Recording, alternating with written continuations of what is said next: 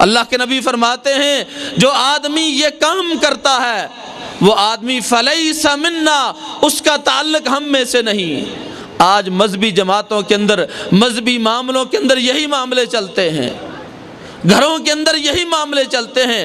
غیرت کا مسئلہ آتا ہے کہ یہ بیوی وہاں وہ کام کرتی تھی، یہ فلاں وہ کام ہے، بہن نے ایسے کیا، بھائی نے ایسے کیا، جداد کے معاملے، دوسرے تنازع، فوراً اسلحہ نکلتا ہے، فوراً قتل ہو جاتا۔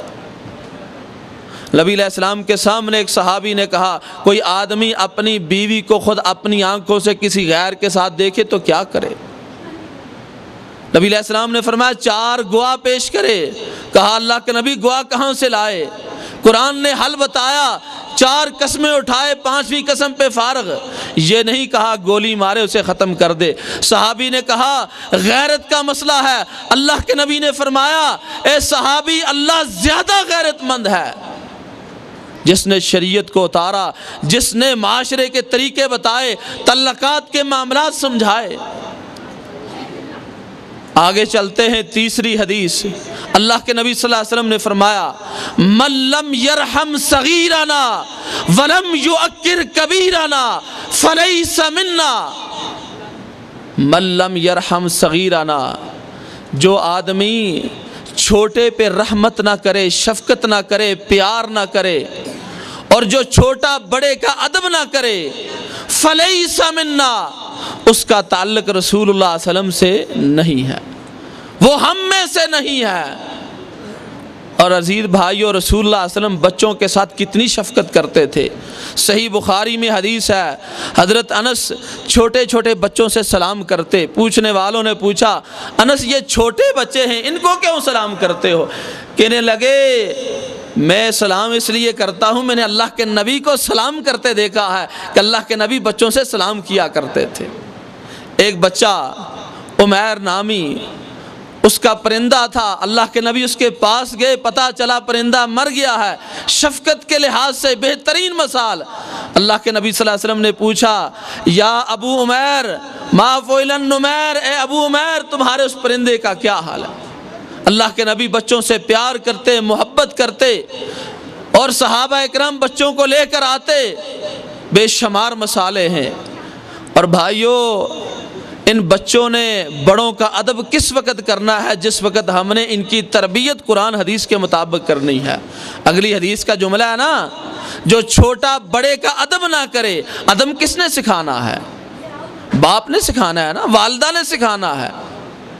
اور ماں باپ کو قرآن حدیث کا پتہ ہی نہ ہو سنبھالتے، وہ بجائے قرآن اور حدیث سکھانے کے، بجائے قرآن حدیث کی تربیت دینے کے، بجائے نماز سکھانے کے، قرآن حدیث کا ترجمہ بتانے کے، رسول اللہ صلی اللہ علیہ وسلم کے احکامات سمجھانے کے، اللہ کے نبی صلی اللہ علیہ وسلم چھوٹے چھوٹے صحابہ اکرام کو حدیثیں بتاتے۔ ایک صحابی بیٹھا ہوا ہے، چھوٹا ہے، اس کو اللہ کے نبی تربیت دے رہے ہیں اور اس کو بتا رہے ہیں، کھانے کے آداب سکھا رہے ہیں۔ کہتے ہیں بیٹا شروع کر بسم اللہ کہہ کر، اور دائیں ہاتھ سے شروع کر، اور اپنے آگے سے کھا۔ کتنی مثالیں ملتی ہیں۔ جب یہ بچوں کو آپ تربیت دیں گے، سمجھائیں گے، ان کو روزانہ شام کو بٹھا کر نبی کی حدیثیں، رب کا قرآن، جس طرح وہ دنیا کی تعلیم کے لیے ساری باتیں سنتے سمجھتے ہیں، انگلش پڑھتے ہیں، اردو کی ساری باتیں ان کو آتی ہیں، ریاضی سمجھتے ہیں۔ اب تو پہلی کلاس نرسری کے اندر انگلش پڑھائی جاتی ہے، وہ سارے مضمون یاد کر لیتے ہیں۔ بھائیو، اگر ان کو ترجمہ پڑھایا جائے، شریعت کے بنیادی احکامات، شروع والی باتیں سمجھائی جائیں، واللہ وہ بچہ بڑا ہو کر ماں باپ کا گستاخ نہیں بنے گا، وہ باادب بن جائے گا۔ شریعت کیا کہتی ہے؟ من لم یرحم صغیرنا ولم یؤکر کبیرنا فلیس منا۔ چوتھی حدیث، اللہ کے نبی صلی اللہ علیہ وسلم فرماتے ہیں من غشا فلیس منا، من غشنا فلیس منا۔ 2 لفظ ہیں حدیث کے۔ رسول اللہ صلی اللہ علیہ وسلم نے کیا فرمایا؟ جو آدمی دھوکہ کرتا ہے، فریب کرتا ہے۔ دھوکہ کیسے؟ سودا بیچ رہا ہے، جھوٹ بول کر، فراڈ لگا کے، اندر سے کچھ ہے، اوپر سے کچھ ہے۔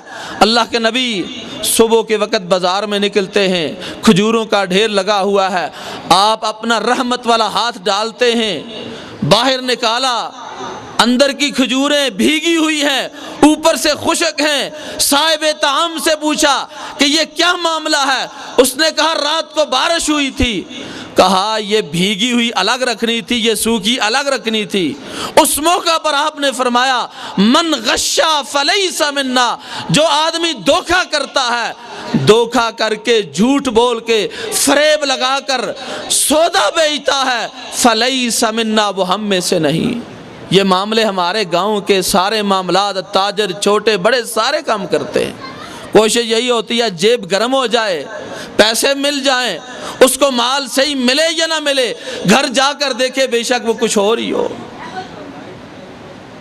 عزیز بھائیو سوچو، جہاں کتب حدیث میں کتاب الصلاۃ آتی ہے، کتاب الایمان آتی ہے، کتاب الطہارت آتی ہے، وہاں آپ اٹھا کر دیکھیں کتاب الجہاد آتی ہے، وہاں اللہ کے فضل سے کتاب البیوع، لین دین کے اصول اللہ کے نبی نے سمجھائے کہ کون سا کاروبار جائز ہے، کون سا ناجائز ہے۔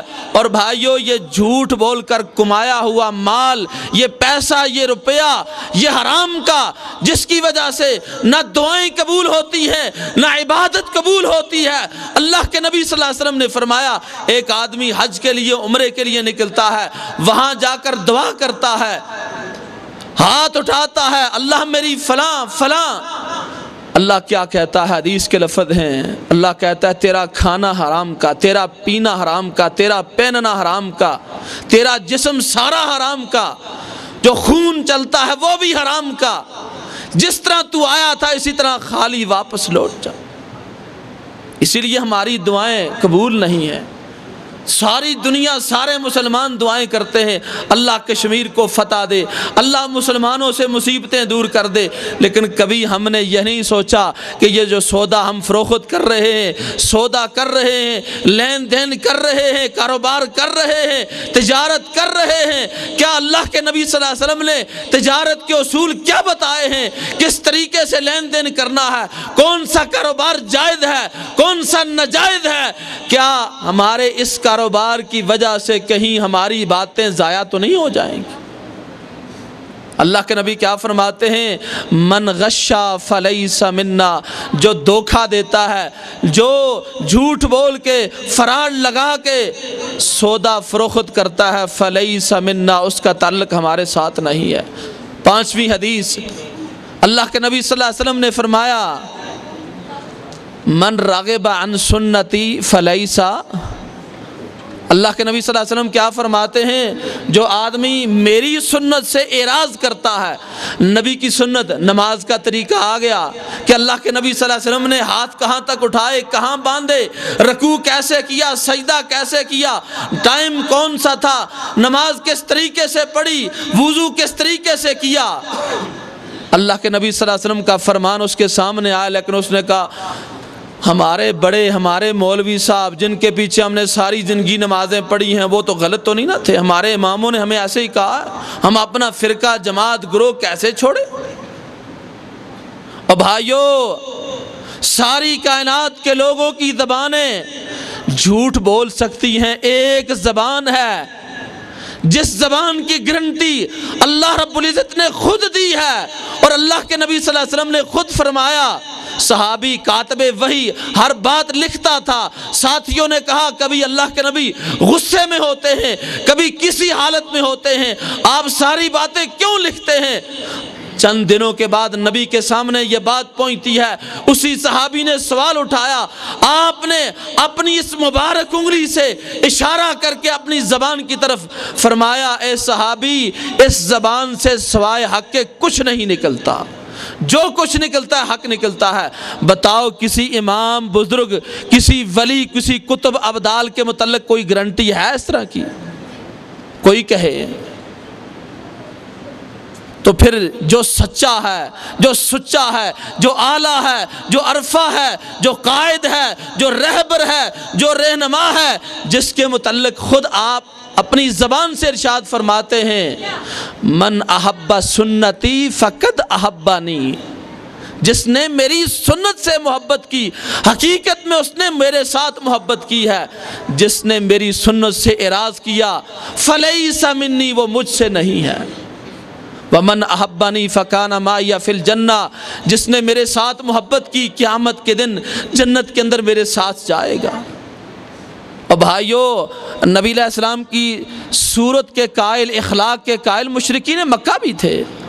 کوئی ایک مشرکین مکہ میں سے ایسا آدمی دکھاؤ جو کہتا ہو اللہ کے نبی کے چہرے کے متعلق غلط تھا، ایسے تھا، ویسے تھا، اخلاق پہ اعتراض کرتا ہو، آپ کے کردار پہ اعتراض کرتا ہو، 40 سالہ زندگی پہ اعتراض کرتا ہو۔ خود آپ نے پوچھا کوئی صفحہ پہ کھڑے ہو کر کہ میں نے تمہارے اندر اتنی عمر گزاری ہے، بتاؤ کبھی کوئی معاملہ دیکھا ہو؟ انہوں نے کیا کہا تھا؟ ما جربناک الا صدقا، کبھی آپ کو کسی معاملے میں کوئی غلط معاملہ نہیں دیکھا۔ یہ جنگیں، یہ لڑائیاں، یہ بدر، یہ احد، یہ سارے معاملے، یہ ہجرتیں، یہ کیوں ہوئی؟ وجہ کیا تھی؟ جو دین اللہ کے نبی لے کر آئے انہوں نے وہ نہیں مانا تھا۔ ذات، صفات، اخلاق، کردار کے قائل تھے، نبی کی سنت کو، نبی کے طریقے کو، نبی کے احکامات کو، نبی کی زبان سے نکلے ہوئے معاملات کو صحیح نہیں سمجھتے تھے، اس لیے وہ کافر بن گئے۔ ہم کلمہ پڑھ کر، نبی کی حدیث کو سن کر، سمجھ کر پھر کہیں نہیں جی ساری زندگی ایسے کرتے آئے تو کیا کر سکتے ہیں؟ اور بھائیو، اللہ کے نبی صلی اللہ علیہ وسلم نے فرمایا الصغار والذلۃ علی من خالف امری، اس آدمی پہ اللہ کی پھٹکار، اللہ کی لعنت جس کے سامنے میرا حکم آ جائے، وہ اپنی مرضی کرے، وہ میرے حکم سے اعراض کرے، اسے اللہ ذلیل کر دے، رسوا کر دے۔ آج ہم اس مقصد کے لیے جمع ہوئے ہیں کہ جو رب کا قرآن کہتا ہے آئندہ سے ہم نے انشاءاللہ اس کے مطابق چلنا، چلیں گے نا انشاءاللہ، اور نبی کی حدیث کا مطالعہ کریں گے نا انشاءاللہ۔ جس طرح آپ بھائی اردو کی کتابیں، ناول، ڈائجسٹ، اخبار لیتے ہیں، ایک مہینہ نہ لیں، بخاری مسلم مترجم ملتی ہے تو بھائیو وہ لے کر، ترجمے والا قرآن مجید لے کر آپ مطالعہ کریں اور مسلسل مطالعہ کریں۔ قریب اگر آپ کو کوئی اچھا نیک صالح قرآن حدیث پڑھنے پڑھانے والا عالم ملتا ہے، اس کے پاس پہنچیں، اسے پوچھیں کہ بھائی ہمیں اماموں کے ساتھ کوئی معاملہ نہیں، ہم سب کی عزت احترام کرتے ہیں، لیکن کلمہ ہم نے اللہ اور اس کے رسول کا پڑھا ہوا ہے، قرآن سے مسئلہ بتاؤ، قرآن کیا کہتا ہے، نبی کا فرمان بتاؤ، انصاف سے بتاؤ، جو وہ بات کہے قرآن حدیث سے تحقیق کرو اور محنت کرو، اور اس کے بعد اس کے مطابق نماز، روزہ، حج، زکوٰۃ، سارے معاملات، لین دین، سارے کام طے کرو، انشاءاللہ اللہ ہم سے راضی ہوگا۔ اللہ سے دعا ہے اللہ تعالی ہمیں قرآن حدیث سمجھنے کی توفیق عطا فرمائے، ایسے اعمال سے، ایسے کردار سے، ایسے معاملوں سے اللہ ہمیں محفوظ رکھے جن کی وجہ سے ہماری آخرت خراب ہو جائے، ہمارا رشتہ نبی سے ٹوٹ جائے۔ اللہ ہمیں ایسا بنائے کہ جیسے صحابہ کرام کی زندگیاں بن گئی تھی، جس طرح وہ زمین پہ چلتے، اللہ ان کی شان مقام آسمان سے قرآن کی شکل میں اتارتا تھا، اللہ ہمیں ان کے ساتھ قیامت کے دن اٹھائے۔ وَقُولُوا قَوْلَ هَٰذِهِ وَاسْتَغْفِرُوا اللَّهَ لِي وَلَكُمْ وَلِسَائِرِ الْمُسْلِمِينَ فَاسْتَغْفِرُوا إِنَّهُ هُوَ الْغَفُورُ الرَّحِيمُ۔